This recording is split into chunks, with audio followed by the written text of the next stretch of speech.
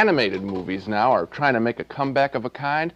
This year, I think one of the better efforts is certain to be Watership Down, which takes us into the world of rabbits. But it's no cuddly bunny story. It's an adventure film filled with good and bad rabbits, and of course, that constant threat to animals in animated pictures, mankind, vicious mankind that wants to destroy the countryside to put up a housing development. In this scene, a wounded rabbit stumbles into a band of his fellow cottontails and tells them the story of how their homes, their rabbit warrens, have been destroyed. Who's there? All dead. Oh, John. It's Captain Holly. Holly, it's me, Bigwig. I found you. I found you. He's been hurt. Look at that wound on his shoulder. I remember you. You're the one that saw it coming. But what happened? Our warren. Destroyed. Destroyed? How? Men came, filled in the burrows. Couldn't get out. There was a strange sound. You see, the air turned bad. Runs blocked with dead bodies. We couldn't get out. Everything turned mad. Warren, earth, roots, grass, all pushed into the air.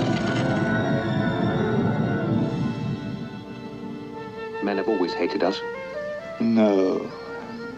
They just destroyed the warren because we were in their way. They'll never rest until they've spoiled the earth. Fairly emotional scene there. Watership Down ran on a little bit too long for my taste, but I found most of it very effective. I began seeing the world from the rabbit height of about 6 or 7 inches off the ground and below ground. I was put in touch with the delicate and brutal balance of nature. And I know the next time I see a rabbit running alongside a road, I'm going to wonder what bulldozer he's running away from.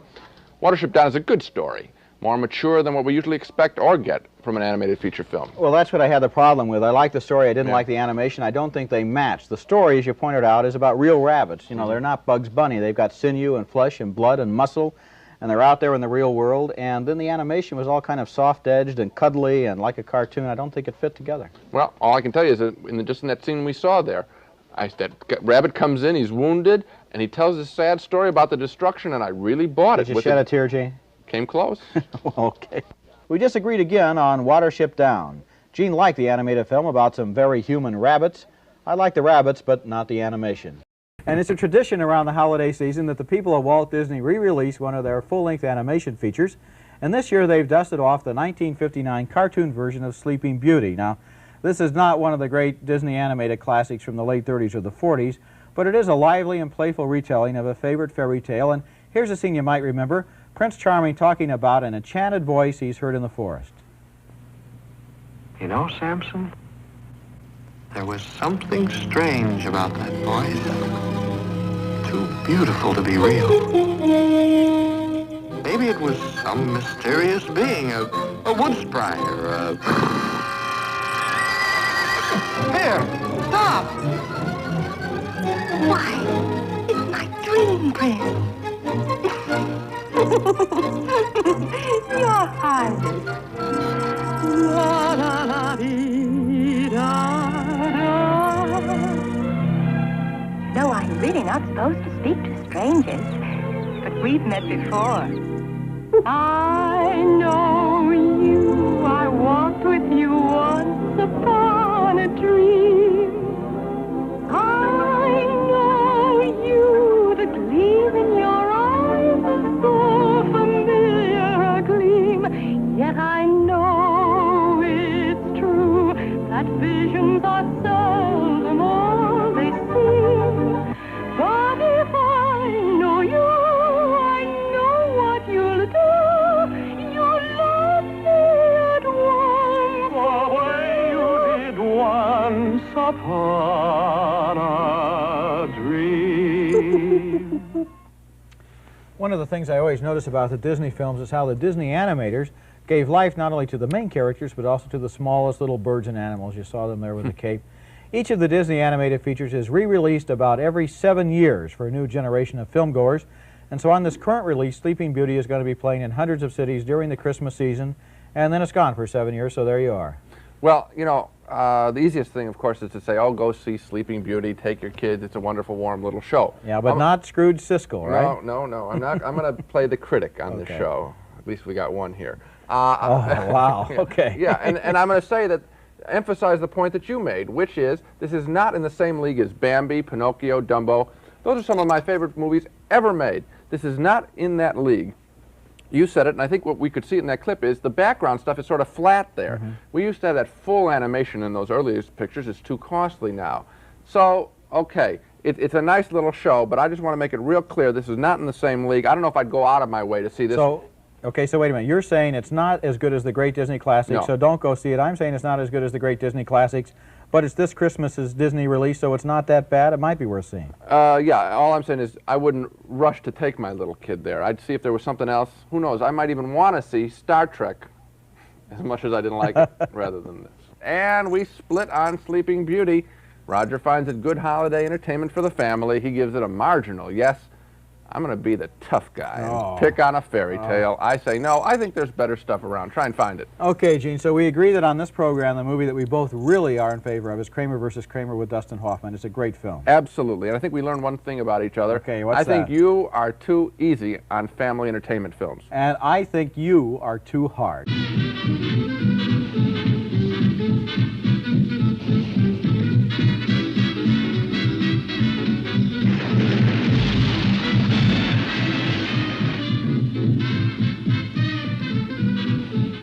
That's a scene from Ralph Bakshi's American Pop, an animated history lesson told through popular songs. It's one of 5 new movies we'll be reviewing this week on Sneak Previews. Our next film is from a director that I happen to be a fan of, Ralph Bakshi. He's made movies like Fritz the Cat, Heavy Traffic, Coonskin. These are all animated feature-length films made for adults, with lots of rough inner-city settings and troubles, shootouts, crimes, and busted love affairs. But Bakshi's latest film, American Pop, is a bit of a disappointment for me. It tells the story of 5 generations of a Russian Jewish immigrant family. They're all musicians. The film begins with a religious cantor. His descendants move into American popular music until his great-great-grandson becomes a rock star.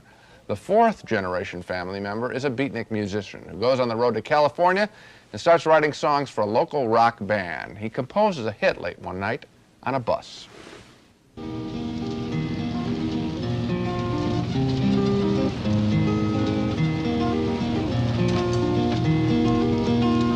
Well, it ain't no use to sit and wonder why, baby, if you don't know by now. And it ain't no use to sit and wonder why, baby.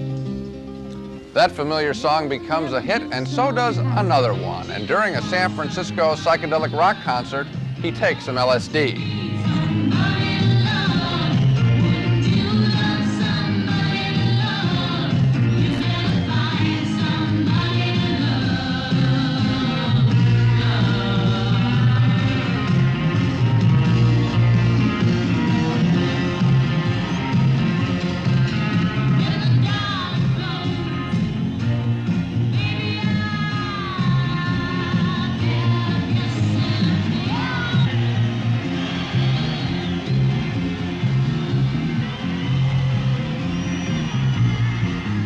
We always find the same strong colors in a Bakshi film. Later in this movie, we meet the 5th generation. This son, a frustrated songwriter named Pete. He's dealing cocaine, and he tells some record executives that if they want any more drugs, they'll have to listen to one of his songs.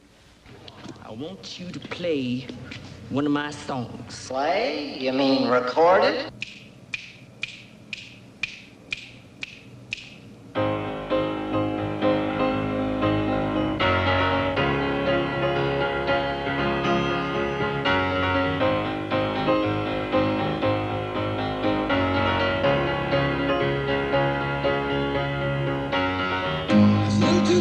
Could've used a few pounds. Tight pants, points, hollering out. She was a black-haired beauty with big dark eyes. Points all along, sitting way up high.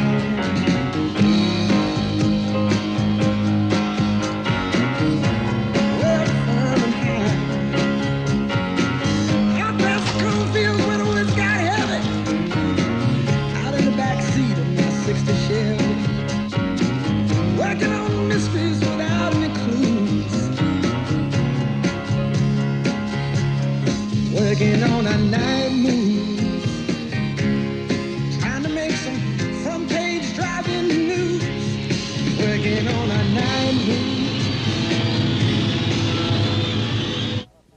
Well, it's nice to see Bob Seger, at least an animated Bob Seger, playing Night Moves, but I wonder what's the point of that scene. Is that how Bob Seger got ahead in real life? Is that why they used that song? Was he dealing drugs? The film doesn't make much sense for me. The whole movie, in fact, never really worked for me. I think the movie attempts much too much by trying to cover the whole 20th century of music and its musicians. The characters, with maybe one exception, aren't appealing. And just as I was getting involved with a single character, he was replaced by another one. So a disappointment for me, Roger. First of all, I think you're a little unfair to Bob Seger. That character is not supposed to be Bob Seger. He just sings his song. And secondly, I like the movie a whole lot more than you did because I wasn't bothered by the fact that there were a lot of characters. I think animation makes that easier than live action, where you'd really be distracted by the constant changing of cast. I like this film. I felt one of the original things about it is that they take this immigrant family and they show it, and not in the ordinary patented rags to riches sort of way, but in a way where they're going after, instead of success or happiness, they're going after stardom, and in looking for stardom, the American dream turns on them. Well, I think that that's incorrect. I think that these families were going after some of the people were going after creativity, some people were going after success, some of them failed, some succeeded. I don't think that this film makes a very good connection, frankly, between the immigrant experience in America and people who have trouble with drug problems at the end. I find that it's colorful. I admire the color of the pictures. I have of all of Ralph Bakshi's pictures. But the story, for me, never really connects. Well, I think he has a different angle on the American dream. Instead of these people trying to land on our shores and get rich and become upright citizens and so forth, the first two generations are involved in organized crime, and then after that they go into drugs, you know. And at the same time, they're very talented. They have a lot of intelligence, and they have a lot of ability on the stage. But this dream of success, this dream of get rich quick, and the rock environment, and the beatnik environment, and so forth, eventually destroy their dreams. But Roger, I don't think that's what the people who were involved in the beatnik generation were interested in. I don't think that riches had anything to do with that movement. I think the film is sort of insulting to that group of people. The film is accurate about what happened to that movement. I don't know if it is, Roger. I really don't know. Okay, I think we better call a moratorium at this point and talk about it after the show. All right. We split a little bit on American Pop. We both acknowledge the film's innovative animation, but I find fault with the way it tells its story. Roger votes yes, I say no. Disney Studios has been struggling for more than a decade, I think, to make a good movie. In that time, they've made only a couple, but I think they've done it again with our next film, The Fox and the Hound, a sweet and old-fashioned Disney cartoon feature that tells the story of an unlikely friendship between a small hound dog and a baby fox. They're as cute as Disney can be when they meet and become friends.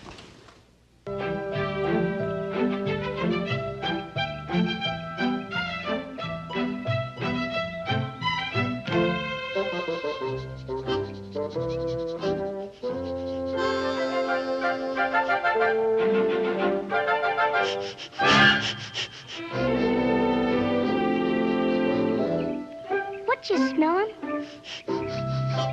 I'm on the trail of something. Trail of what? I don't know yet. Why, it's you. What do you do that for? We're supposed to do that when we find what we've been tracking. I'm a fox. My name's Todd. What's your name, kid? Mine's Copper. I'm a hound dog. Gee, I bet you'd be good playing hide and seek.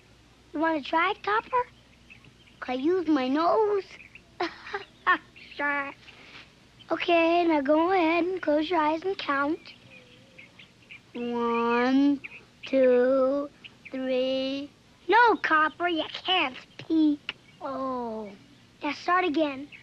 1, 2, 3, 4, 5, 6, 7. My, look at that.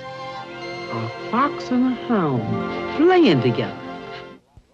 That's a very sweet scene, but the film gets a lot rougher later on after the fox and hound grow up and do battle with a huge and vicious grizzly bear in a scene that will probably scare today's kids, much like children were scared years ago with those trees going after and attacking Snow White.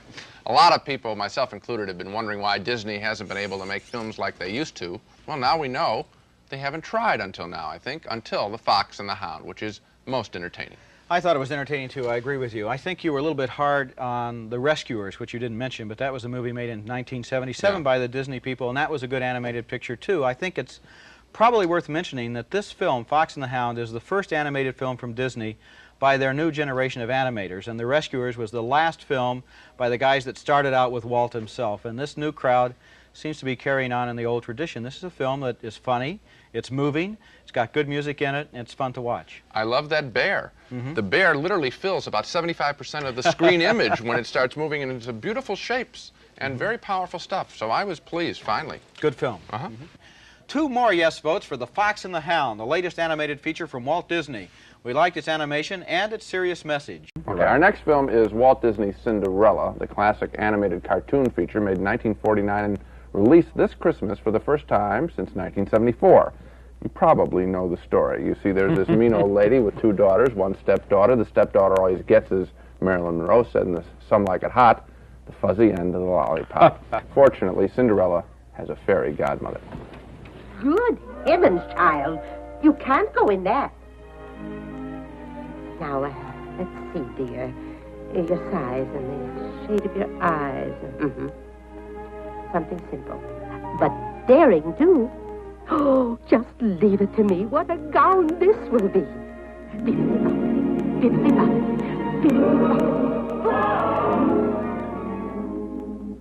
Oh, it's a beautiful dress. Did you ever see such a beautiful dress? And look, glass slippers. Why, it's like a dream. A wonderful dream come true. Yes, my child. But like all dreams, well, I'm afraid this can't last forever. You'll have only till midnight, and then... Midnight? Oh, thank you. Oh, no, just a minute. You must understand, my dear. On the stroke of 12, the spell will be broken, and everything will be as it was before. Oh, I understand, but it's more than I ever hoped for. Bless you, my child. Goodness me, it's getting late. Hurry up, dear. The ball can't wait. Have a good time. Dance. Be gay. Now off you go. You're on your way. A nice moment. Disney releases its classic animated films about once every 5 to 7 years. That way, Disney believes a whole new generation of youngsters can see these very entertaining films. So, as you look in vain for a new holiday film for little children this year and don't find any, remember, there is one golden oldie around, and it is called Cinderella. You know, we might ask ourselves if once we grow into old people now, we're in our 30s, do we lose the magic that we had when we were kids, you know, the magic that we got out of films like this? I don't think so. Some of the recent Disney pictures, the animated films, have been fairly good. For example, we both agree that we like The Fox and the Hound earlier this year.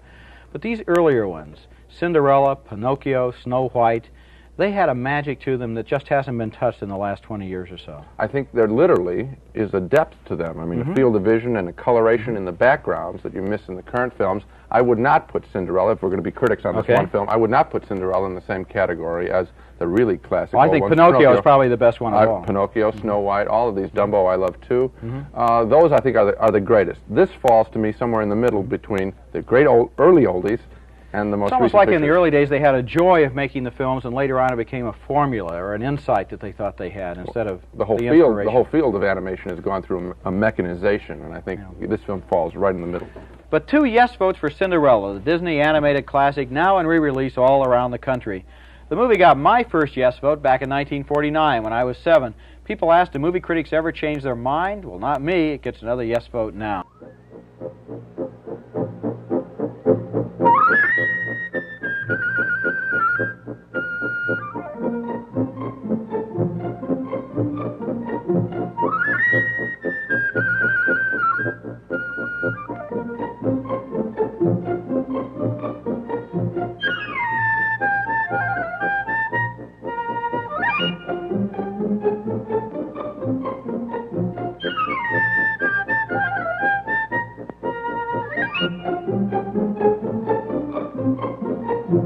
The Nutcracker Suite, according to Walt Disney, in the 1940 animated classic Fantasia, which is back in release with a controversial new soundtrack, and we'll be reviewing it this week on Sneak Previews.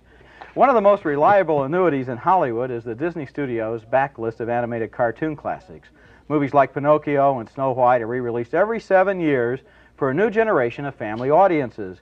But there's one Disney classic that stands outside that pattern. It's Fantasia, the experimental, daring 1940 film in which Walt Disney took famous pieces of classical music and combine them with a fantastical array of animated images. This movie was wildly experimental in 1940, and it's still fresh and exciting today. Here's the movie's most famous sequence. It stars Mickey Mouse as the Sorcerer's Apprentice.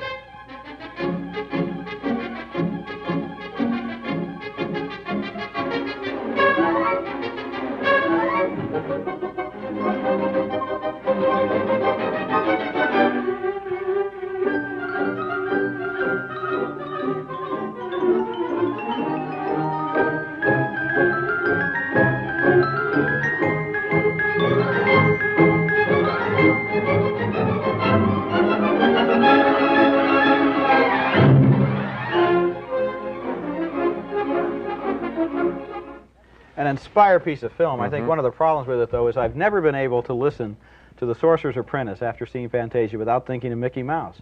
I don't know if you could hear anything different in the music with that scene, but a lot was different. Fantasia's original 1940 soundtrack was conducted by Leopold Stokowski in what was then a revolutionary stereo system, and Disney was going to put speakers in the theaters. The sound was years ahead of its time in 1940, but the soundtrack took a battering over the years from repeated re-releases. In the meantime, advances were made in digital recording and the Dolby noise reduction system. So, for this new current national release of Fantasia, Disney has completely re-recorded the entire soundtrack with Hollywood conductor-arranger Irwin Kostal leading an orchestra of studio musicians who are using Stokowski's original arrangements and a few changes. Well, does the music sound better this time? It's hard to be objective about it. Both versions sound good to me. I heard the other version about 7 years ago, and as far as I can remember, they were both good. But the point in Fantasia is still its incredible images, bursting with imagination and fancy. What do you think, Gene? How did it sound to you? Well, I must say that there are parts of it that I love. I mean, I'll go right to the imagery, too. I mean, that is the best part of Fantasia. It's a brilliant piece of animation. There's another part with Beethoven's Sixth, The Afternoon with Fawn, which I think is pretty lousy animation, and I think that the music there sounded poorly performed, I must say. Of course, I'm looking for it now because I know about the changes. You don't tell me that there's been changes, I probably wouldn't pick it up. It didn't sound very good. I have a whole set of reactions to Fantasia. I don't think it's the perfect film, as I say. I think there's some parts of it hits and miss. That is a very special thing. And then The Night on Bald Mountain is another beautiful thing toward the end.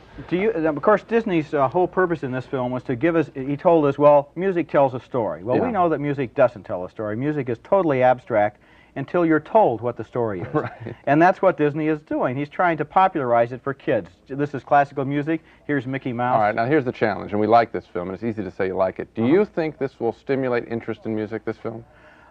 No. I don't either. I saw it when I was a kid, and I loved it for its images. Absolutely. Later on, when I got into classical music, I thought, gee, I've heard this somewhere before. I wonder where. Well, it was Fantasia. Yeah, I mean, this is not the one that's going to send kids to buying the classical records, no. No, but it's a lot of fun, even if it's not good for you. Okay.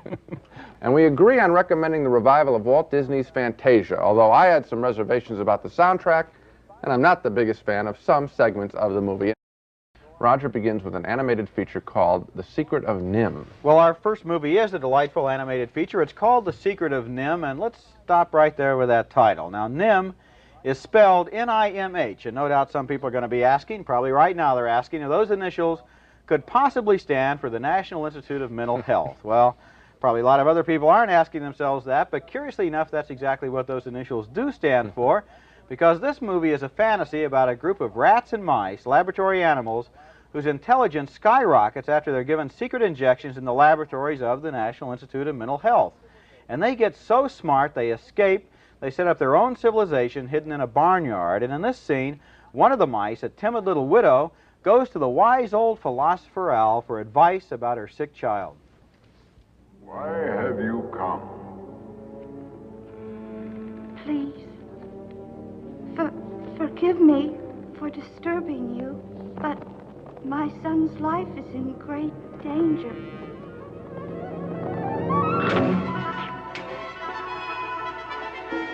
The plow has come early this year. Move your family.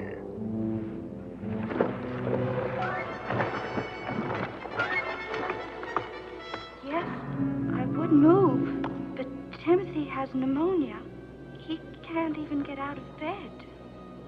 You must move to a place where it'll be safe from the plow. Please, there must be another way.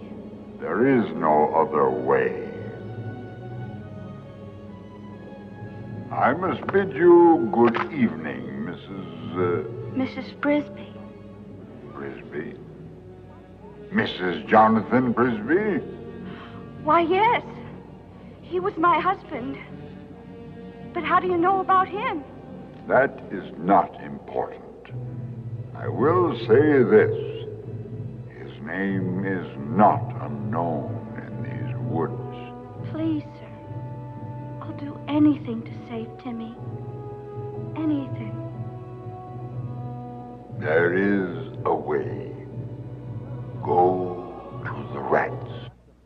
You can notice there one of the best qualities of The Secret of NIMH, and that's the film's detailed and painstaking animation. A lot of new animated movies try to cut corners on the expensive old traditional animation procedures, but The Secret of NIMH creates not just animated movement like on Saturday morning TV, but also elaborate imaginary locations, backgrounds, wonderfully detailed characters, and as you can see in the next scene, a lot of body language. When the characters talk, it's not just their lips that move, their whole body gets into the act. I don't suppose you would remember me. Yes, you're Mrs. Brisby. And I'm sorry about your husband's death. Now, if you'd excuse me. Mr. Ages! Great Jupiter, woman, what do you want? Mr. Ages, I know you don't like visitors, but this is an emergency. Please.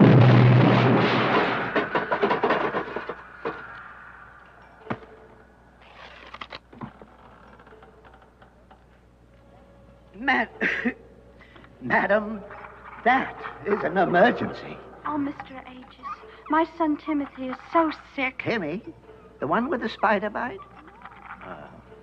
Oh, just give him some Pepsi-Cicero. No, he's sick with a fever. Well, I suppose I could fix up something. Oh, thank you. Follow me, but don't touch anything. Understand?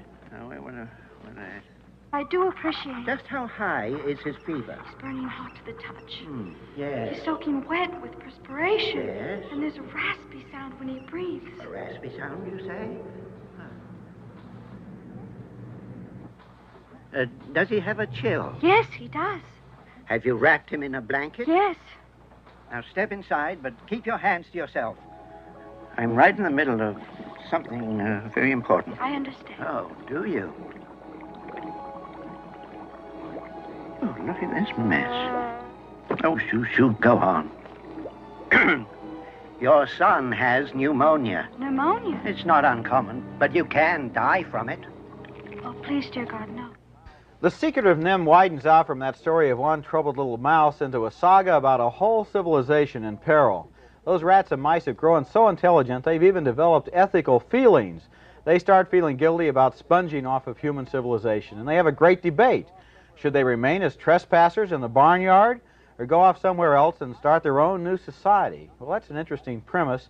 Might be a little deep for some younger kids, but I think they'll like the exciting animation. The Secret of NIMH was made by a group of animators led by a man named Don Bluth. They used to work for the Disney Studios, but they walked out because they thought the original Disney traditions were no longer being followed. And my notion is, Walt Disney would have liked The Secret of NIMH. Well, I think he would have, too. I didn't like the opening of the picture. I thought Mrs. Brisby was a little bit of a twerp. And Don DeLuise does the voice of a big crow in the picture, and a big bird, and it seemed to be like, you know, a Jungle Book kind of thing where the voice dominates some of the characters. But once they get into the world of the rats, once this little timid mouse is placed in genuine peril, and this whole society of rats and their various personalities, including a ruthless would-be leader, then I thought the picture really took off and did give me some of the magic of the old Disney films. One of the things it had that a lot of recent animated films have not had, I think, was depth.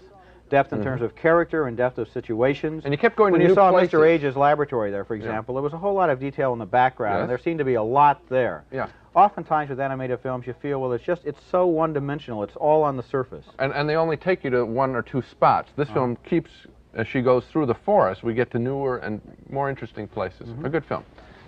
We agreed on The Secret of NIMH, the animated fantasy about intelligent rats. 2 yes votes, especially for the skillful animation. Coming up next at the movies, the first new all-Mickey Mouse cartoon in 30 years.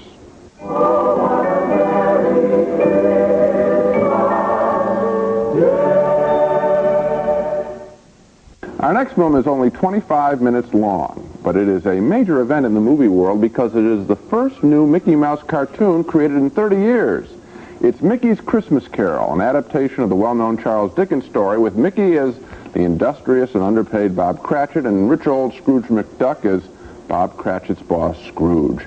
In this scene, Scrooge is taken by the ghost of Christmas Present to see how poor Bob Cratchit and his family are being forced to celebrate the holidays.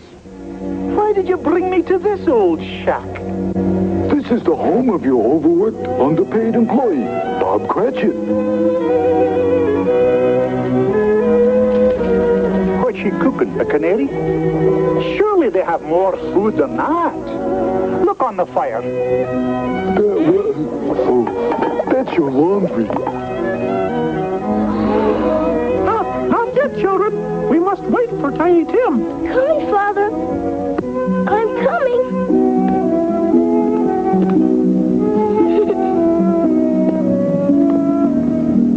Oh, my. Look at all the wonderful things to eat. We must thank Mr. Scrooge. Tell me, Spirit, what's wrong with that kind lad? Much, I'm afraid. If these shadows remain unchanged, I see an empty chair where Tiny Tim once sat. Now, I may be about to commit professional suicide because how can you knock a movie with a cute little mouse on a cute little crutch? But that's my feeling, because that scene is deceptive. That is not what the whole movie is about. This movie has very few scenes with Mickey Mouse and his wonderful little family in it. This film does not rank with any of the classic Disney animated features. It's missing Mickey, frankly. He and his family are in far too few scenes.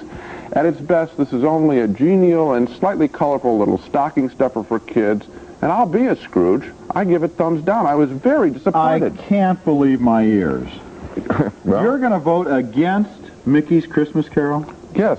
With Mickey Mouse and Donald Duck? I am too. Well, of course. I am too. I was disappointed as well. I'll tell you two reasons that I thought. First of all, it's wall-to-wall with words. They talk for the whole 25 minutes. They don't use the magic of visual animation that Disney people are famous for. And secondly, they don't change the story. This is simply Dickens' Christmas Carol. Goes to Christmas past, present, and future, Bob Cratchit, and so forth, just like in the book. Usually, in the old days of the Disney studio, they would have put an ironic spin on it. There would have been something satirical. They would have had fun with it. It would have been Mickey's version of this story. But instead, it's absolutely a forced march through the same old story. I would have rather have seen the re-release of two of the old, classic old Mickey Mouse. I'll stand 2 of those old cartoons up with this. It was, and you know, I went in there with a real good heart. I wanted to love this. I mean, I looked forward to it. I wish Disney would make feature-length animated cartoons. This is a real safe movie. They didn't have that extra little artistic push to make it into something a little bit more than exactly what you were expecting when you walked in through the door. And finally, 2 thumbs down for Mickey's Christmas Carol,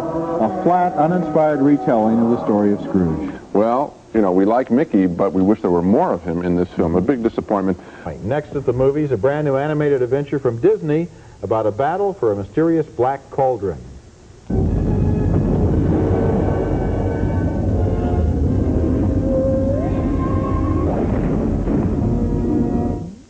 Our next movie is a brand new full-length animated adventure cartoon from the Walt Disney Studios. And no matter how uneven the Disney output may have been in recent years, I always wait with a lot of anticipation for their new animated films, maybe because of all the great memories I have of Disney classics. Pinocchio, Snow White, those were the movies. I bet you could go on and name other ones, I could name 32 more, I believe. And you know, when I was a kid, I thought animated films were more real than live-action films because the edges were sharper and the colors were brighter. Right. That's before I realized that most people look like you and not like Pinocchio, although it's close. Did you ever identify with Dumbo? With Dumbo? Yeah. No, I never did identify. How about with Mrs. Jumbo? No, I never identified with Mrs. Jumbo either, you know. Okay. And I'm sure that you, I think we'd better just move on and review the film. Thank you. And because I'm thinking in a second of who you would identify with, but I'm afraid it wouldn't be in a Disney film. Go right ahead. The one, what was the one from the Black Lagoon? And this new film is close. It's called The Black Cauldron, and I'm happy to say that I really did like this movie because one moment I was sitting there thinking profound film critic type thoughts about the future of animation and whether this would make it or not. The next minute, I was into the story itself and really having a good time. This movie tells the story of a legendary black cauldron, which is the source of evil in the kingdom, and the struggle by a young warrior named Taran who seeks to find the cauldron before it's captured by the evil horned king. But first, in this scene, we meet some of the characters in the film. Oh, never mind. No telling where Henwin is by now. Oh, Master. Now, Googie remembers. Yes. Clever, sharp-eyed Googie saw the piggy run. Yes, right through the forest. I saw it. Come. Googie will find the lost piggy. Then we'll be friends forever. Munchings and crunchings in here somewhere. Before long in this movie, the young warrior and a beautiful princess are the captives of the evil Horned King. My, such a brave past group of pig boys, scullery maid, and a broken down minstrel. Perhaps it may interest you to see what fate has in store for you. Now I call my army of the dead.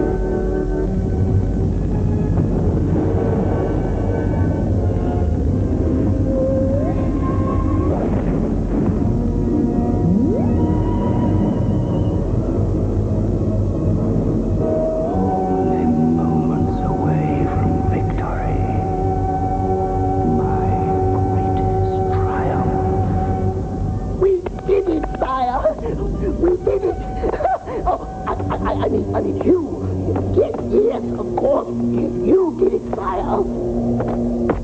That little guy is named the Creeper, and he's a little servant who kowtows to the Horned King all the time. He kind of reminded me of Mel Brooks in The 12 Chairs. Remember crawling around on his knees and kissing the hands of all of his servants and masters and so forth. I really liked it. I mentioned again the way that this movie is filled with all kinds of characters like that, and I also liked the special effects of the whole movie being animated as special effects, but the idea of that cauldron with the tower of flame and so forth, and when the cauldron explodes and everything at the end of the movie, it's kind of thrilling, it's kind of exciting. The plot of The Black Cauldron is fairly involved, and perhaps I ought to explain that one of the best friends of that young warrior is a cute little pig who is psychic and who has the power of being able to look into a pot of soup and make the pot of soup mirror the location of the Black Cauldron. Now, this led to one of the funniest experiences I've ever had as a movie critic, Gene. I have to tell this story on you, because here you are, a college graduate, a philosophy major. We're sitting there looking at the Black Cauldron, and suddenly I realize that Gene has come over next to my chair, and he's whispering, "But Raj, if the pig is psychic, why can't they find out where the Black Cauldron is before the Horned King does?" And I'm thinking, that's a good point. Then I'm realizing this is really an interesting conversation for adults to be having, you know, this the credibility of psychic pigs. And so I hand it over to you. You think that the problems like that in the plot that's one problem. Really bothered you. There's another problem, which is that supposedly this Black Cauldron is the source of evil in the world, you know. Well, the king, the bad guy is already evil. He's plenty evil. He's so evil that everyone's afraid of him. So what does he need the cauldron for? Well, I think if he gets the cauldron, then he can be even more evil, and he can rule everything and take over the entire kingdom. Yeah. Right now, he's not doing so bad. I don't see anybody else with a franchise around the neighborhood. I liked the creeper. I loved the pig. If the movie were about the creeper and the pig, fine. The human characters, the quote human characters with their English accents, why not make it a good old Americans? You know, that's what I liked about Snow White. It had a nice American voice. Anyway, no, then it would be fine. I think that all the human characters in the film are ridiculous. I love some of the animals. There is one nice scene, I'll give you credit for what you're saying about filling the frame, where they have a whole bunch of, like, fireflies, it looks like, or something like that. That's beautiful to see. That reminds me of the house being filled in Snow White with all the little birds and all that garbage. Well, I'll go this far with you. I think that when you're talking about the heroes being too much of a clean-cut, uncomplicated, it's the same thing that they did in The Man with One Red Shoe, where Tom Hanks is the hero. Right. And he doesn't want to be too silly or too ridiculous, because he's got to be the romantic lead. Here, it's a cartoon character, but they do the same thing. Yeah. The lead in the cartoon is the least interesting character in the cartoon. But on the other hand, the Horned King, with a voice by John Hurt. Yeah. That's a fabulous character. Well, I don't know if it's fabulous. I mean, the witch in Snow White blows this guy off the map completely. I don't know. I think it'd be a pretty good... this is really getting to be fascinating. Who's worse, the witch or the Horned King? We could talk about this all night. And finally, with split decision on the Black Cauldron. I voted thumbs up for the Disney animated adventure, but Gene thought the story was too shaky to support the characters, even though, I want to be sure I'm right about this, you like the pig. Love the pig, love the creeper. Okay, so what can we recommend this week? We can give half a vote to the Black Cauldron, and for the rest of it, go to see anything with a human being in it that we reviewed, forget. Okay. If it's got a pig in it, we loved it. Next at the movies, an animated version of a Sherlock Holmes mystery called The Great Mouse Detective. The Great Mouse Detective, and although it's an animated feature from Disney, the mouse is not named Mickey. He's named Basil of Baker Street, and he lives a long time before Mickey, way back in the 19th century in London, in fact, where he's sort of a rodent parallel to Sherlock Holmes. In fact, he lives in a little mouse hole right down at street level underneath Sherlock's house. The movie is a mouse version of the Arthur Conan Doyle stories, with Basil on the trail of an evil villain named Professor Ratigan. And look at the animation in this scene, which is a big move back in the direction of the great Disney animation of the past. Hello, Toby. Silly doggy. Would you like a crumpet?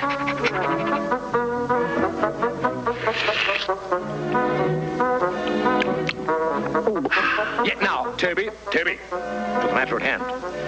I want you to...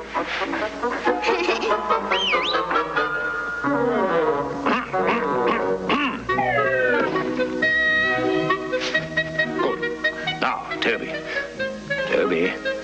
I want you to find this fiend. Yes, you know his type. A villain, a scoundrel.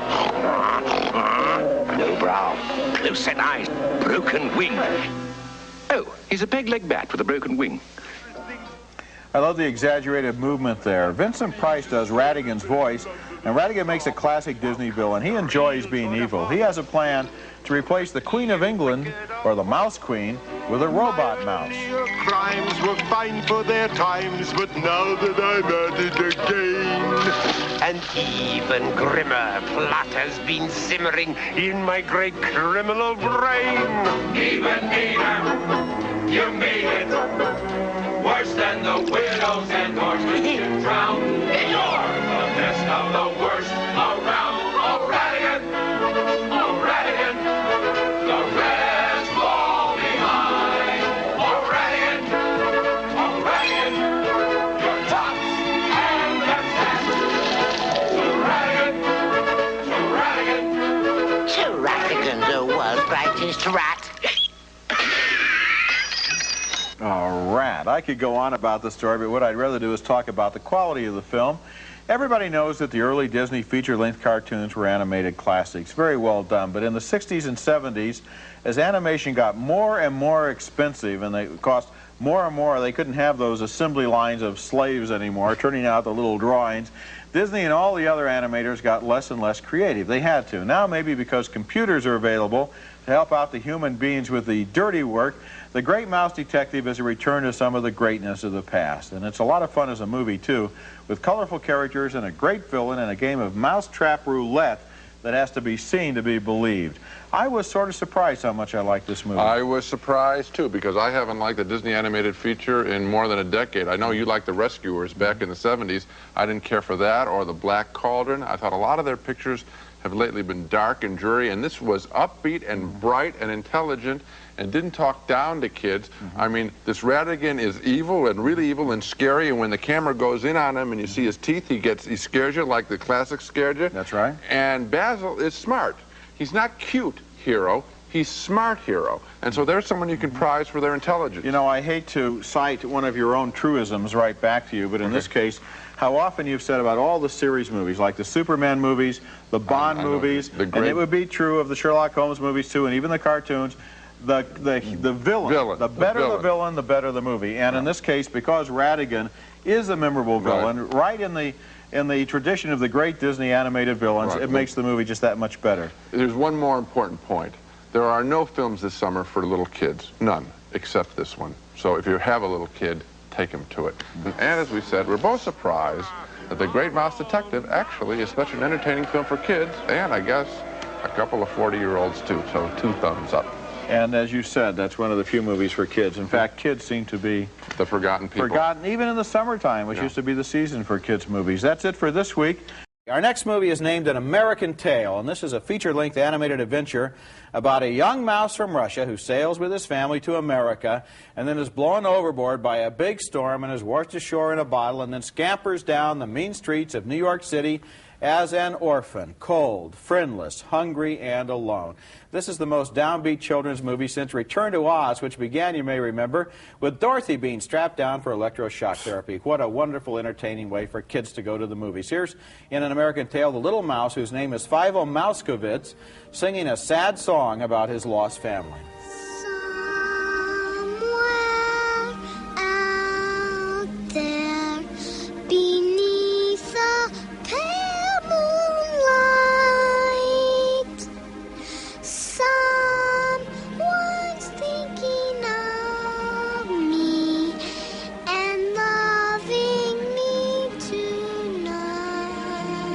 That's what little kids like when they go to the movies, sentimentality and pathos. They don't like to laugh, we know that. They don't like to be excited. Meanwhile, who do you meet when you're down and out? Real rats like Warren T. Rat, a gangster who has a cockroach as his sidekick.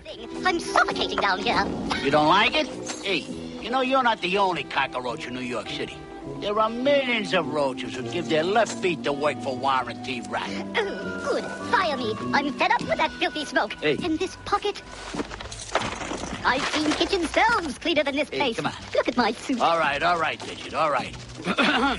Hey, how much money did we make today? Well, let's see. 7946, carry 1, drop 2. Take 5 down, 7 up, 98.6. Yeah. Dom DeLuise does the voice for a fat cat who befriends Fievel. Listen, I like mice. Oh, no, not like that. I mean, I don't eat red meat at all. I'm a vegetarian. That's right. Oh, a little fish now and then. But what I really like is some nice broccoli.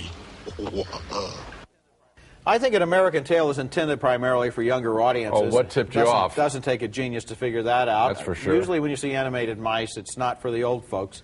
And I think, however, that this film is way too depressing for young audiences. It's also a very confused movie. Now, it would be obvious to most grown-ups watching this film that Fievel and his family are Jewish, and that's why the troops of the Russian Tsar in 19th century Russia burned down their homes and sent them into exile.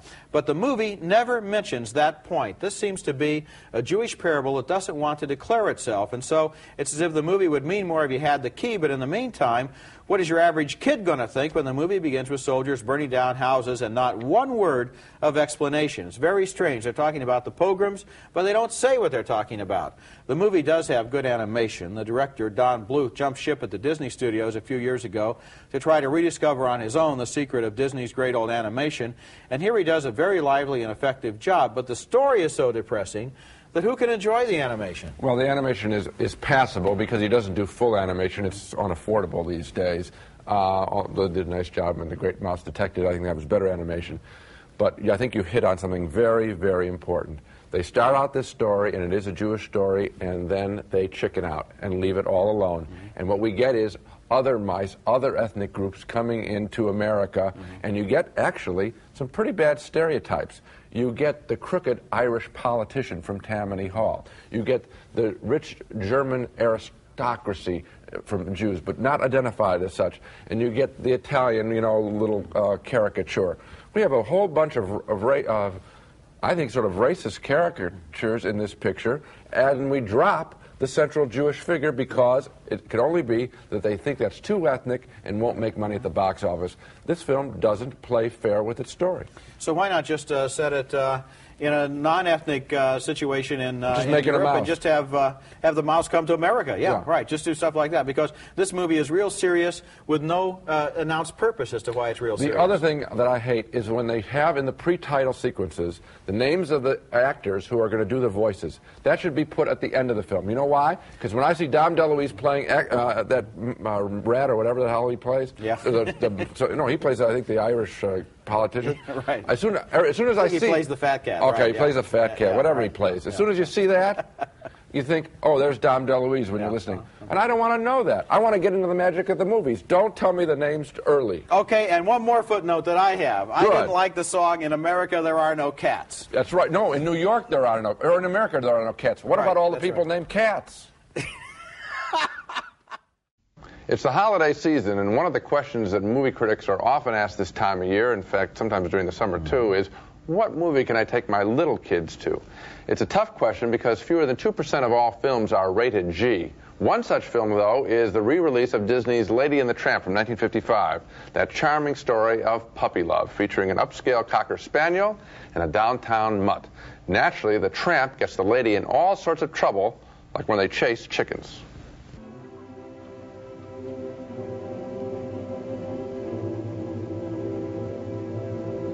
Just look at those fat, lazy biddies. Well, they should have been up hours ago.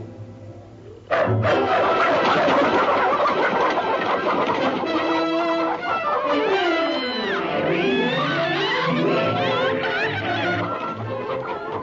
fun, eh, kid? Hey, what's going on in there?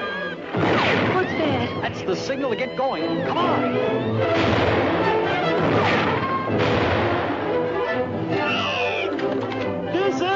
Hey, kid?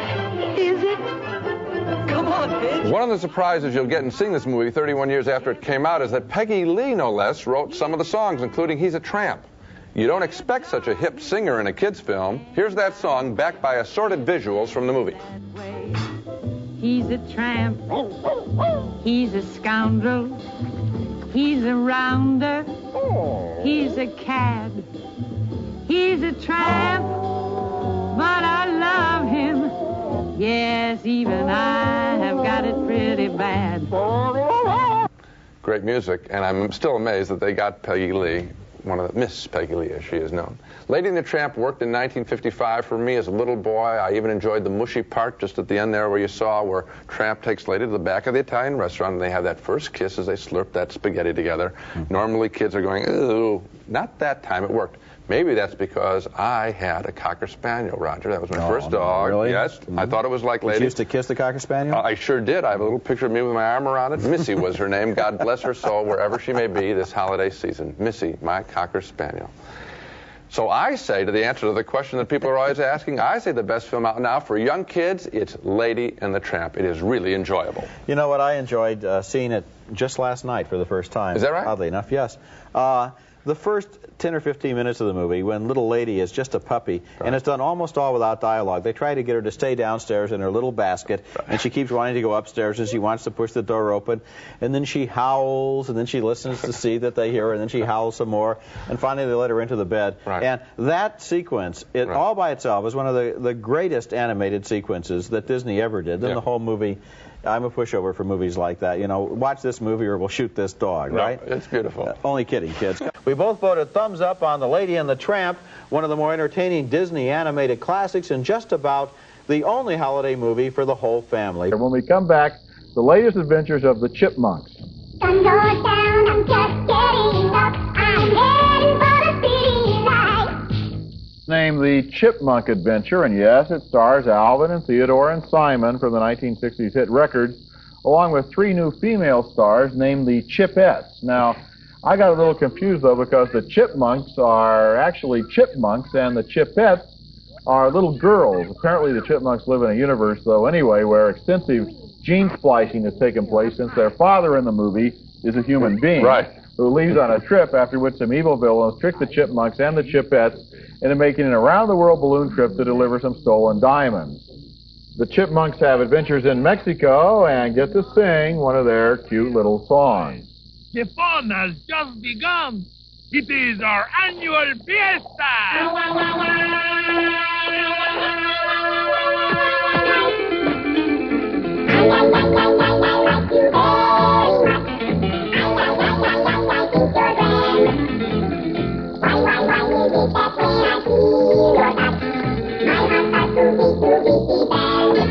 A little later, the Chipettes go scuba diving underwater in the Bahamas. Just remember, the team that wins gets the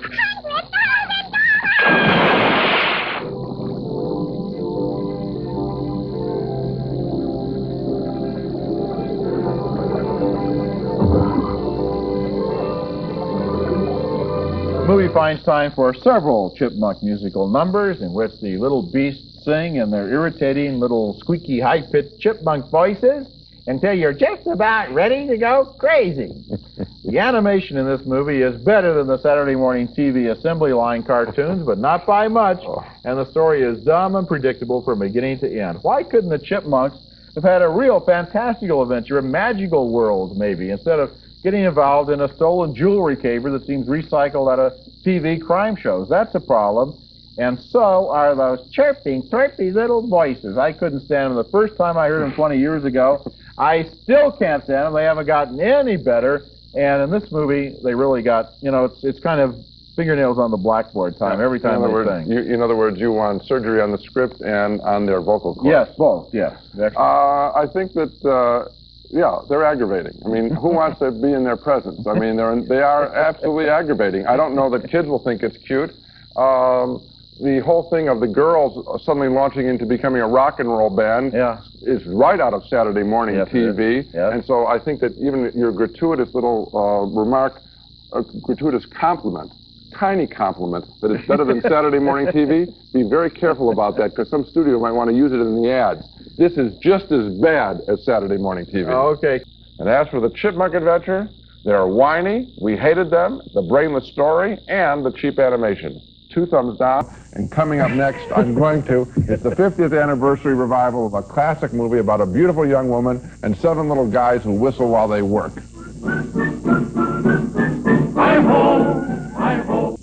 Our next film is one of the great treasures of the world's cinema, 50 years old, a film that has brought great joy to generations. It's Snow White and the 7 Dwarfs. And I think what amazes me most about the film, and I saw it again last night, is that its cast is so large, with so many animals, so many little men. It could have been just a simple little love story with an evil queen, but no, they went full scale and drew this thing out beautifully. If you think about it, and this was added to the Grimm's fairy tale, there was no reason to give so much time and such distinct personalities to the 7 dwarfs. You're sneezing.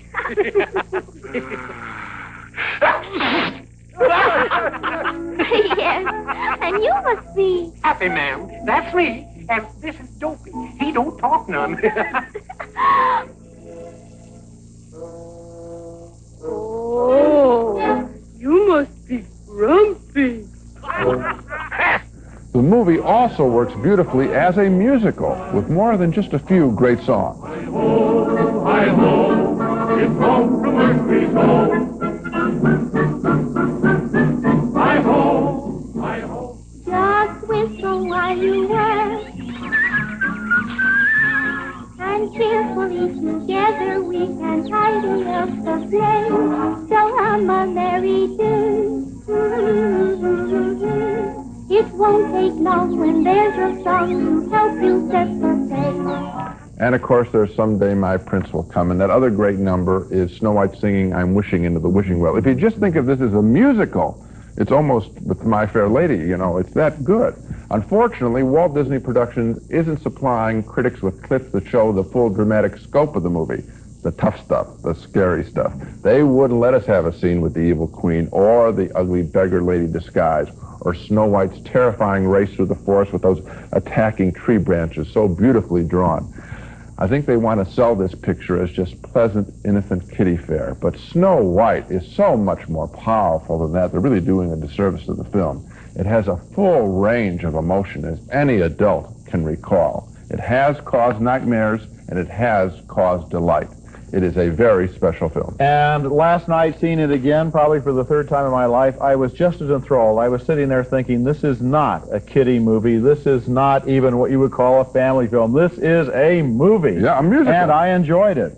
There was one thing I didn't enjoy, though, and of course the movie was made 50 years ago when all movies were shot in the ratio that is just like a television screen, just a little bit wider than it is high, just like the picture you're looking at. This movie has now been re-released, cropped at the top and bottom, just like this, so it makes it look like it's a widescreen movie. And of course, when you do that, you lose a lot of details. Snow White says to the bird, "Oh, did you get lost? Oh, there are your parents." But we can't see the parents. They're chopped off the top. And often, the little animals are running around at the bottom of the screen. They don't have any legs because apparently the studio believes that most projectionists and most movie theaters are too dumb to know that you're supposed to show a movie in the right aspect ratio. Well, I say shame on movie theaters for creating that situation. Shame on Disney for going along with it. This movie was shot like this, not like this, and they've cut away and lost 20 to 25% of Walt Disney's original, brilliant animation just in the name of expediency. Well, it's a shame that the situation exists in the movie world. It's just another example. I don't know if your 25% is exactly right. What they can do is make slight alterations to lose the least interesting parts. Yes. But of course we wish, and there are theaters that are equipped to show in the perfect ratio, the 4:3 golden ratio they called it, and gee, it would be so nice if we could see all of Snow White. Because even what we saw of Snow White was great. Was pretty terrific. You're right about that. But we both love Snow White, even in widescreen. 2 thumbs up from Bashful, that's me, and Grumpy, that's Gene. Boy, what is this? Some kind of a secret room? It's a rot gut room. Holdover from Prohibition. Oh, I get it. A speakeasy, a gin mill, a hooch parlor. Tools are up here, Eddie. Look at this. It's a spy hole. Jeepers, Eddie, this would be a great place to hide. Bob Hoskins tries to solve 2 murders while coping with a cartoon character in the ambitious new film, Who Framed Roger Rabbit? It's one of the new movies we'll be reviewing this week on Siskel and Ebert. I'm Gene Siskel of the Chicago Tribune. And I'm Roger Ebert of the Chicago Sun-Times. Who Framed Roger Rabbit is one of those home runs that Hollywood hits every once in a while. It's a movie like 2001 or Close Encounters or especially like E.T. that's a technical breakthrough and a lot of fun both at the same time. This movie is great entertainment from one end to the other, but it's also one of those films where you're always asking yourself, how did they do that? The movie takes place in Hollywood in 1947, where it assumes the cartoon characters and human beings were living side by side and working in the movies. It tells the story of a cartoon star named Roger Rabbit who gets framed for a murder and has only one chance of being cleared, a private eye named Eddie Valiant, played by Bob Hoskins.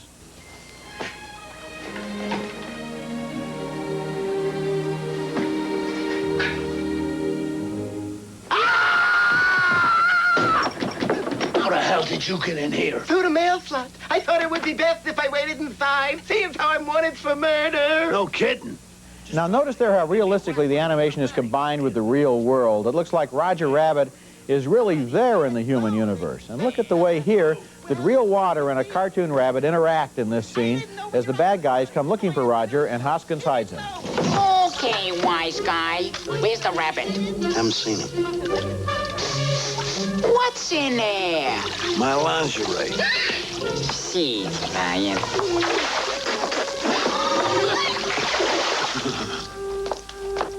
Roger Rabbit has a sexy wife named Jessica who is briefly suspected of trying to frame him.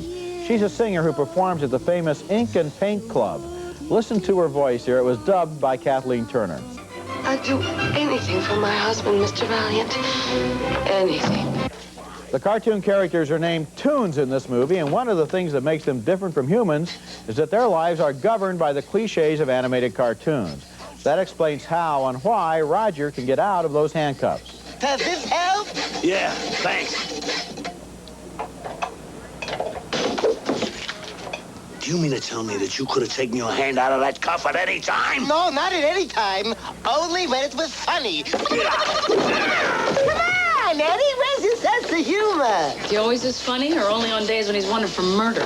And it's amazing there how they really seem to exist in the same physical universe. In previous movies, you might have a little cartoon character dancing on somebody's shoulder, but they never really seem to really be there. There have been a lot of previous movies where animation was combined with live action. For example, Song of the South with Brer Fox interacting with Uncle Remus, or Mary Poppins, but it's never been done anywhere near this well before. What I want to do now is look at this scene coming up now from the movie and pay special attention to what the filmmakers are doing and how. Get out of here. Get me some money too. That was amazing there where she seems to actually be touching his cheeks. This is Jessica in a nightclub scene, and now watch how she's all over Bob Hoskins here. That's Amy Irving's singing voice. Look, her hand goes under the coat goes back, the hat leaves, now it's pushed in his face. The way they did this was to have all of the props operated by hidden wires or by hidden operators, so that later on when the animation comes in, the props would move just as if the animated characters were moving them. The hard part for Hoskins, look at him there, he really seems to be looking at her, and he had to act through this whole movie all by himself. He had to imagine that there was a girl there. He does a great job, and then look, his tie pulls out and it's dropped again. It's just amazing the way those cartoon characters are integrated with the real thing. It's terrifically well done, so well done that after a while you give up trying to figure things out and just go along with the story, which has some serious undertones, as those tunes are treated like second-class citizens.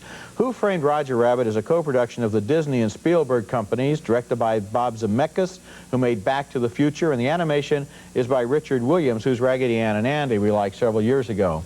One of the most impressive of their achievements here was to convince other Hollywood studios to loan out their cartoon stars. So we see not only Disney characters like Mickey Mouse, but Warner Brothers heroes like Bugs Bunny. I could hardly believe it when there was a piano duet starring the two great ducks, Donald and Daffy. This is a wonderful movie, one of the year's best films. Oh, I think so, absolutely true. And again, the dominant reaction that I had, mouth agape, how did they do that? Now, one of the tricks that I learned that was very interesting, and an improvement in cartoon technology is, and even an improvement over the classic Disney cartoons like Snow White, which would animate every other frame, so that it would, instead of 24 frames a second, like you see a person on movies, they did it 12 frames to save money, and 2 frames are similar. Every single frame here is animated. They wanted the animation to look as bright and real. All 24 frames are animated, just like Bob Hoskins is running at 24 frames, and I think that's why the film is brighter, more exciting than most cartoon things that we've ever seen, including the opening 4 or 5 minute pure cartoon sequence that opens the movie that is so dazzling and so funny that I tell you, I am going back to that movie to see that sequence again. The opening sequence of 5 minutes had me laughing louder than any cartoon I've ever seen. It was hysterical. And then you're quite right, when you go through this film, they cast shadows. Yes. They seem to, the floorboards bend under their weight. When they are in the dishwater, the water is moving. How they did it is, obviously they just worked and worked and worked. And one of the achievements that we really should point out, I think, is that Bob Hoskins was able to interact with an imagination. It's like Alec Guinness in the Star Wars movie saying he had to spend all of his time in an empty room imagining spaceships there. It's really hard to act This is bigger like than that. Bob Hoskins was picked, I'm told he was not the first choice, that they wanted to go after some comic actors, well-known comic actors, instead of Hoskins. I think they made the right choice going with Hoskins as counterpoint to the... Let Daffy Duck be funny. Yeah. You need an iron center, sort of a Sam Spade kind of character, and Bob Hoskins, for my money, is the best guy to do it now. He is matter of fact. If he were going around all the time saying, "Oh my God, look, this is this is Bugs Bunny here," nobody would think that was funny. But the fact that he's seen these tunes all of his life and it's routine, and he accepts them, makes the movie seem more realistic. Here's the big question I have: who is the film going to be more entertaining for, adults or kids? I know who I think. I think more for adults. I agree, absolutely. Yeah, yeah. 2 thumbs up and 2 jaws dropping open in admiration for the animated live-action extravaganza, Who Framed Roger Rabbit? And of course, Who Framed Roger Rabbit is the dazzler this week. It's one of those movies that you sit there and you want to see it a second time. Absolutely. There's just too much happening. I couldn't take it all in. Yeah. And coming up next, the children's classic Bambi returns. Everyone acknowledges its artistry, but is it too violent for little kids? There might be danger. Now being reissued, it's probably better known for its frightening scene of Bambi's mother being shot off screen than for the beauty of its great nature sequences, including the wonderful April Showers musical number with the rain so beautifully drawn. As the film begins, Bambi is the new innocent, the awkward new prince of the forest, just learning to speak. Bird. He's trying to say bird. Say bird. Bird. Bird. Bird. Bird. Come on, say bird, say bird. Say bird, say bird. Say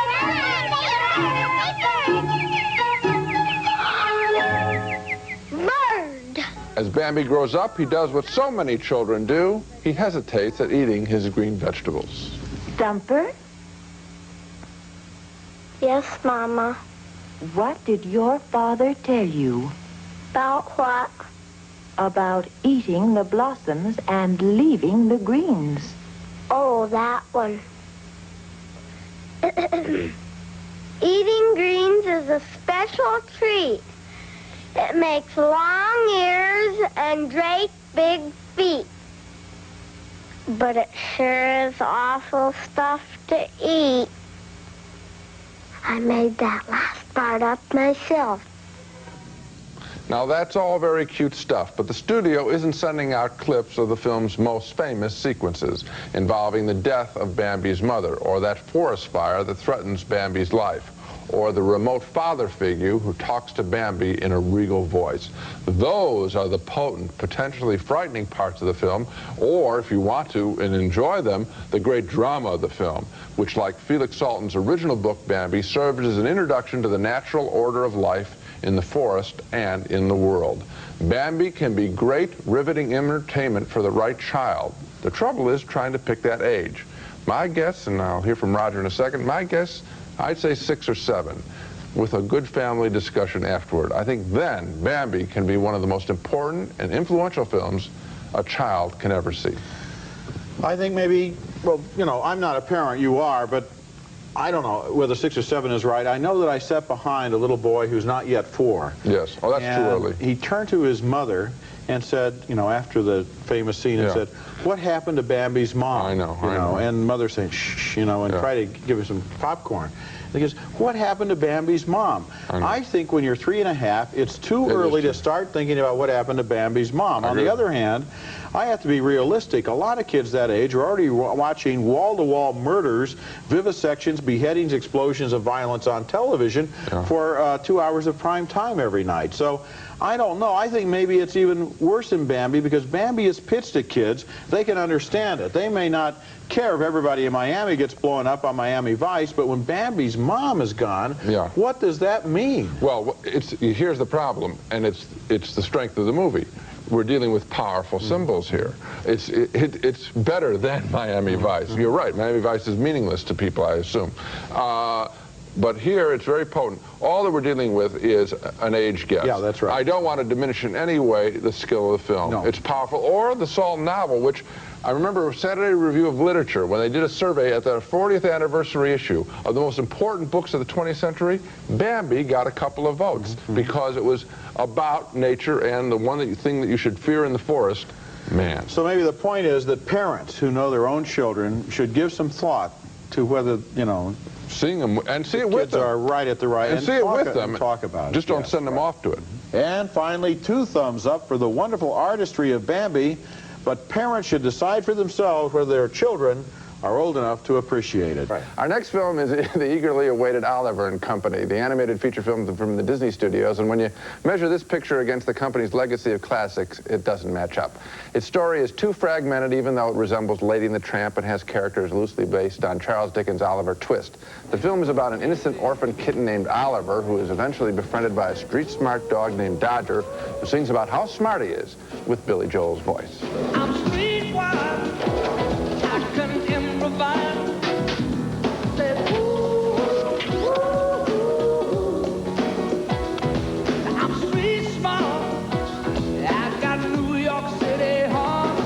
it's not a memorable tune. More interesting is Dodger's Gang of Dogs. Dodger makes up a story about how he alone got them all hot dogs when actually Dodger had help from little Oliver, who has followed Dodger home. He comes at me, eyes burning. I knew my time had come. Suddenly...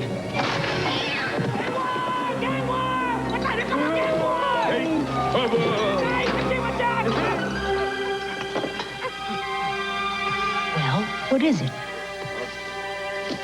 Hey, man, check it out, huh? Hey, it's an alien! Cool it, guys. It's just a cat. That little Chihuahua is the cutest character in the movie. The story takes little Oliver and us all over New York, including into a fancy uptown home where we meet a pampered poodle who sings about getting herself together each day. Bette Midler is the musical voice. Girl, we've got work to do. Pass me the paint and glue. Perfect isn't easy, but it's me.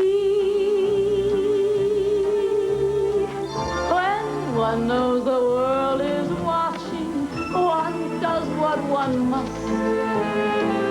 Some minor adjustments, darling, not for my vanity, but for humanity. That's another weak song, as this film wanders from its central story, which turns out to be more about how Dodger's gang of dogs has to help their friendly boss named Fagin come up with the money he owes to a big, evil mobster. Little Oliver's story gets sidetracked in a film that I think is too convoluted in its story and too calculated in its attempt to play to different age groups, the Billy Joel and Bette Midler crowd, as well as little kids as well. A more simple story would have been better. I don't think it's really meant to appeal to the Midler and Billy Joel crowd, because I'm not sure the people, when they go to animated movies, even think about who the voices are. Well, you know what they do? They put it in the front. It's a personal thing that I don't happen to like. I don't want to know who the voices are. I don't know who the people, who the dwarfs were, who Snow White was, and I don't, you know, and you don't when care. they're celebrities, it loses. Yeah, well, that's something new. They used to have anonymous voiceover artists. Now they have famous people. I'll tell you, I like this movie a little bit better than you did. It's marginal. I guess I give it a thumb up. It's not one of the great classic animated films. And one thing that did bother me, so I don't sound that enthusiastic, why are these stories always about little childlike figures who are abandoned and orphaned and left alone? But that's the story of it. I mean, doesn't that kind of depress kids? Couldn't there be a happy kid that a movie could be about, you know? I would think, I would be nice. I didn't like seeing the kid have his hand put in a window, or seeing somebody have their... Yeah, there was a scene where the electric window goes up in a car and somebody gets strangled. That's not necessarily the sort of thing children should be learning from animated film. Yeah, it's the one thing when you're talking about swords and dragons, which they're not going to encounter each day, but they are going to play around with electric windows. I didn't care for the film. You did. I gave it a marginal... Why are you recommending it? It was harmless. It was inoffensive. There were some moments that were funny. I liked the little Mexican Chihuahua. The Chihuahuas, they should make the film... The animation looked good. I don't know. Make the film about the Chihuahua. The thumb is just like this, and that's where it stays. A split decision on Oliver and Company, although Roger has yet to fully explain why he liked the animated movie. I thought the story was confused. Coming up next, a baby dinosaur goes on a long journey to save his life. Another abandoned animated child in The Land Before Time. Maybe you cannot talk yet, huh? Another animated feature, this one named The Land Before Time. And why is it, as I was saying earlier, that all these animated films for children seem to present such a grim, threatening, deterministic view of the world? Here's a movie about a baby brontosaurus named Littlefoot, whose parents are killed in an earthquake. He's separated from his grandparents. A drought has turned the earth into a desert, and so Littlefoot and 4 of his chums go on a long trek through the wasteland to a land of green trees far away across the land. So they hope, anyway. Along the way, they encounter lots of terrifying adventures. He'll eat us! Run! Back!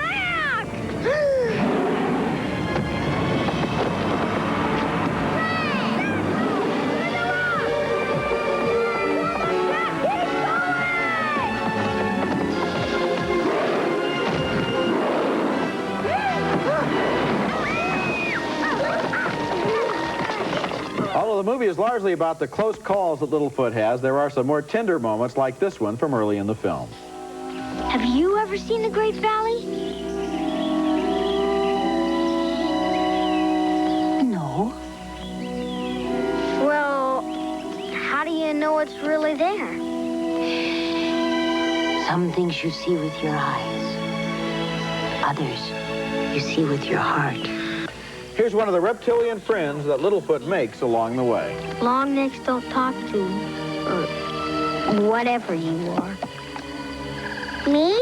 I'm a long neck too, see? And I have a long tail like you.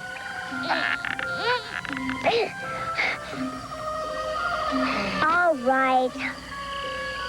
I'm not a long neck. I'm a big mouth. But I am all alone. I lost my family in the big earth shake. You want to go with me? Yes. Oh, yes. I do. I basically like The Land Before Time, and I do recommend it, but I have a couple of observations to make. The first one is, why couldn't a movie like this contain a little more natural history and a little more of the sense of wonder of that strange prehistoric time? Why does it mostly have to be violence and close calls and threatening encounters with meat-eating animals? The second observation I have is, why do they choose to make the dinosaurs into English-speaking humans with scales? Why not let them be dinosaurs? Kids today are crazy about dinosaurs, and I'll bet they'd be even more fascinated by reptiles that were truly reptilian than they would be by these dinosaurs that talked as if they were Peter Pan. And well, how would you have them talk? Just I would not necessarily have them talk. I would do the entire thing in pantomime.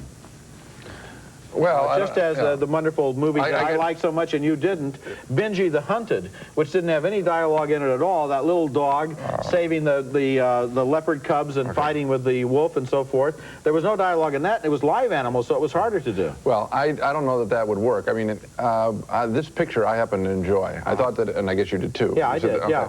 I thought that it was sweet more than it was scary. I thought it was quite beautiful, and I think its story, despite unlike the one we just talked about before, is a straight line. In other words, it's very clear, it's set up very early on that will the Brontosaurus live, or is it going to be eaten up by the Tyrannosaurus Rex? And you got a baby you can follow, and it's a straight line story. I think this is the film that I would recommend for children to see. I would recommend it over Oliver, yes. Yeah. And it was directed by Don Bluth, who was a good animator. He made An American Tail. Yes, it's a beautiful film. It's a good-looking film. There's one logical error in it. Did you catch it? At the beginning of the film, the Brontosaurus is said to be the last of his species. Oh, I know. And at the end, it said that they lived for many generations. Yes. Yeah. But I didn't want to spoil for everyone. I mean, the answer is, when are they going to get eaten? Obviously, it's coming up, and you're going to have to find that out in part 2 or explain it to your children on the way home why they can't go see a Brontosaurus today. 2 thumbs up for The Land Before Time, the dinosaur picture that I found charming, and we both agreed is beautifully drawn. Okay, next movie. And our next movie is the summer re-release of the 1953 Walt Disney animated feature Peter Pan. This is not a movie of classic status. It doesn't rate with the Disney landmarks like Snow White, Fantasia, or Pinocchio, but it is one of the favorite Disney feature-length cartoons, and it was fun for me to see it again and to remember scenes like this one where Peter teaches Wendy, John, and Michael how to fly. Now, everybody try. 1, 2, 3. We can fly! We can fly! We can fly! The movie has a lot of songs, but in my opinion, no great ones. We're Following the Leader is not exactly electrifying. Following the leader, the leader, the leader. We're following the leader wherever he may go. The movie's best scenes all involve the evil pirate Captain Hook, who lives in deadly fear of a crocodile. Say, Captain, do you hear something? No.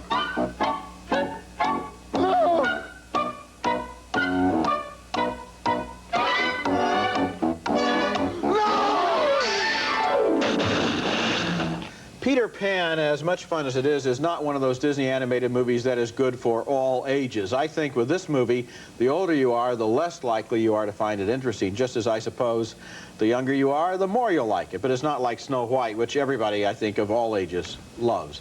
One thing I didn't like with Peter Pan was that it's another example of the recent Disney practice of cropping the original animated image at the top and bottom to make the movie look like it was drawn for a widescreen format, which it wasn't. These movies made in this period were shot in a 4:3 ratio, more or less like a television screen. And if you want to make them look widescreen, you're going to lose something at the top and bottom. Some of the original picture is lost, and it also means that some of the action is lost too, along with the original compositions of the great Disney artists. Now, there are several ways that Disney could respect the original ratio of their priceless animated classics and I just wish they'd try one of them. I mean, Warner Brothers did it with a feature-length Daffy Duck cartoon. Why can't Disney do it, the people that originated animation? Well, the one thing that's disturbing is that you can see at the very beginning of the film, as soon as it starts, they list the title critics, and I think one of them says animation by at the top, and then lists all the great animators that worked on the film.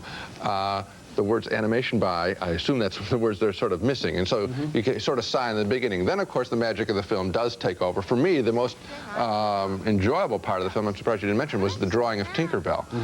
That is exceedingly beautiful drawing, and with all the fairy dust and all that stuff. I mean, there's a lot of that dust around there, which obviously was very costly, took time to do, and that's, I enjoy Hook and Tinkerbell. Okay, I'll give you Tinkerbell, I'll give you Hook. In fact, you know, I'll give you the fit. Now, one question I want. Yeah. I happen to know that when you were a little boy, yes, I saw. You went to see this movie 9 Saturdays in a row. That's because it was playing 9 Saturdays in a row, and I loved it. Now, do you agree with me that it's really not a movie that's as absorbing for adults as some of the other Disney films? Well, as I saw it again, I was remembering the things that caught me, and one of them is there's a scene where Captain Hook sneaks up behind Peter Pan, who's been imitating his voice.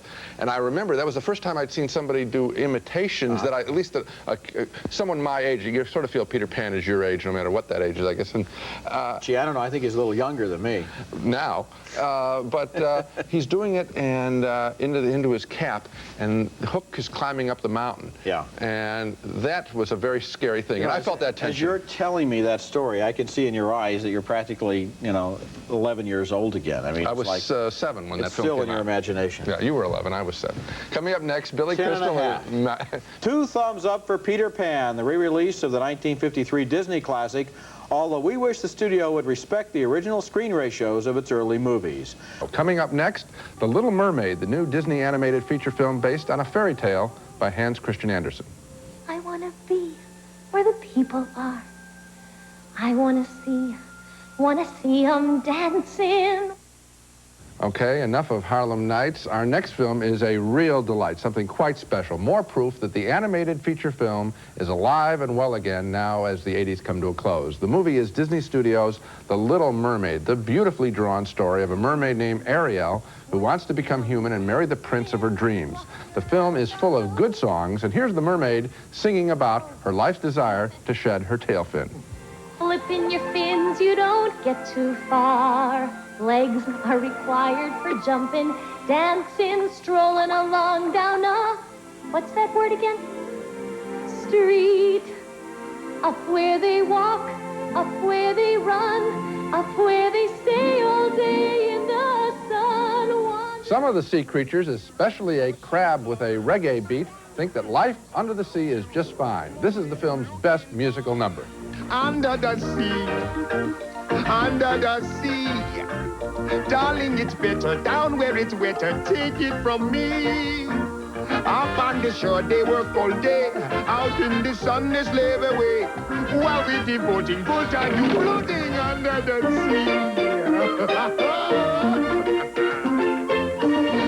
Objecting to his daughter's desire to turn human is King Triton, who manages to crack the crab for information on his daughter.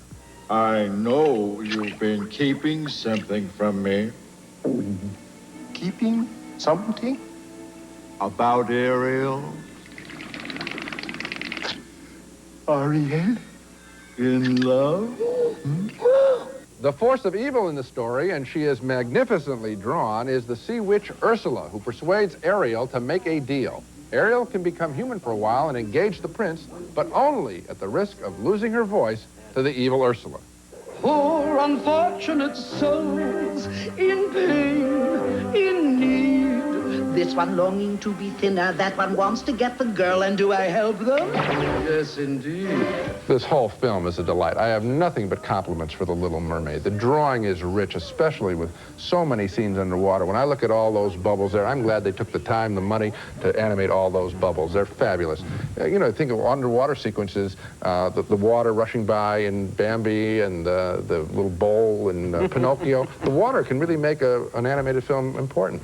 The story is tightly told. Credit writers, directors John Musker and Ron Clements for all that. They also did the entertaining animated picture of The Great Mouse Detective. The music is superior here, created mostly by Howard Ashman and Alan Menken, who did The Little Shop on Horrors. You know, with animated pictures, the picture's the star, and even the names don't get told until maybe a generation later when we start to hear of these heroes of animation. So let's name some of these people now. And I think they've also created a classic character in that little crab named Sebastian. I think he could have a life a bit like Jiminy the Cricket. And best of all, this is a film for all ages. Young kids, I think, will find the picture not frightening too much, and it is witty, witty, witty for adults. I agree with you. I enjoyed it from beginning to end. I enjoyed everything about it, including the music. And oftentimes in modern-day animated songs, the music has sounded just like Muzak with words. The music in this song, in this movie, is terrific, especially that reggae number, Under the Sea. Right. It's music like the great Disney music of the past, When You Wish Upon a Star and Zippity-Doo-Dah, stuff like that. This movie bears comparison with the great Disney classics. This really is a movie as good as those great movies from 30, 40, 50 years ago that we keep comparing modern-day animated films to negatively. This returns to the great tradition, and I liked everything about it. I think the thing I liked the best was the character is active. She's not just a little girl that things happen to. She's up there. She's going to go to the surface. She's going to find her prince. She's going to take care of business, and so you can really identify with that. Also, there were no duds. I mean, it wasn't cheaped out in any way. The drawing of the King Titan, her father, Triton, is really good. That Ursula the Witch is a fabulous concoction. She is right up there with the great villainesses of the past, with the evil stepmother, with the witch. Yeah. She's in that category. She's a bad lady. She's really bad. But it's a very good film. Two most enthusiastic thumbs up for The Little Mermaid, a Disney animated feature cartoon as good as the classic ones they've made. Yes, he is. And of this week's shows, I think that the one I really liked the most was The Little Mermaid, and I was surprised because even though I've liked some of the other recent animated films, this one goes over the top. This is in a category above anything that I've seen in a long time. And what's so exciting is, I'm sure it'll be a big hit, and so now with Roger Rabbit and with this picture, we're really going, as we enter the 90s, we're really going to see the resurgence of animated films, and that's exciting. And you have All Dogs Go to Heaven opening up within the next week, Well, too, I'll reserve my comments for that next week. Okay, well, I will, too. That's it for this week. Next week, we'll be back to review Back to the Future Part 2 and All Dogs Go to Heaven, an animated adventure about some criminal canines, one of them featuring the voice of Burt Reynolds.